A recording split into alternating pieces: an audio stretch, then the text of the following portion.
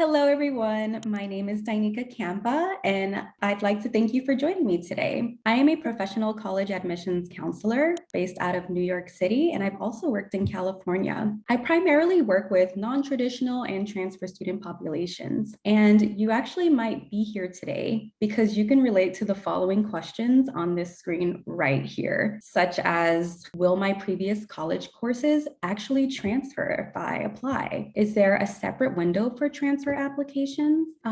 What if I have an outstanding at my previous college institution? And can I use the same essay for all of my applications that I want to use for transfer? These are just a few of the many questions that I come across while counseling students. So if you're here today, it's because you're going to learn a little bit more about navigating the college application process as transfer students. I really hope that the insight and guidance that I will provide today will just demystify the whole college application process as a transfer student. I've seen some common situations that I've witnessed while assisting prospective and current transfer students. My hope is that you'll be able to approach the transfer application process with ease after this session. So, without further ado, let's go ahead and begin.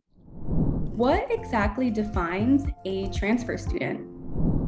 A transfer student is typically a person who starts their studies at a community college or even a four-year institution and has the intention of continuing and completing their studies at a new college or university. The transfer student population is actually growing each year in the United States, as many students have found that attending a community college is the perfect stepping stone to attending a four-year. It commonly provides students more enrollment tailoring, options, accessibility, access to general education courses at a lower cost.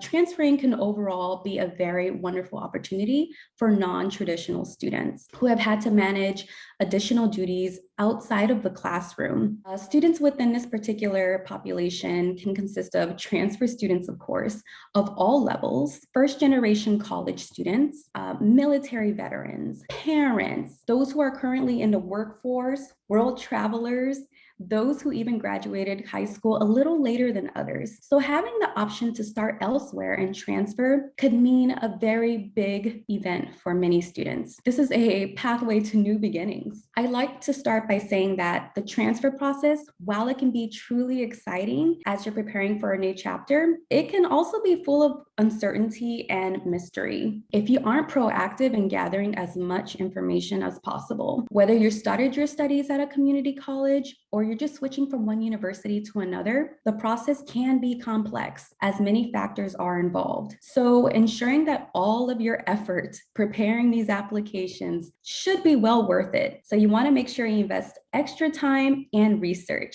Just to briefly emphasize my point, here are a few common examples of potential barriers students can encounter while at the very beginning of the transfer process and during. So for instance, the courses from your previous college may or may not transfer to the new institution of your choice, or there could be prerequisites that you haven't completed and may prevent you from transferring in at the level that you'd like. Regardless of the situation and where you're at within the process right now, the best way to prevent any unexpected mishaps in the transfer process is to be informed and prepared with a plan.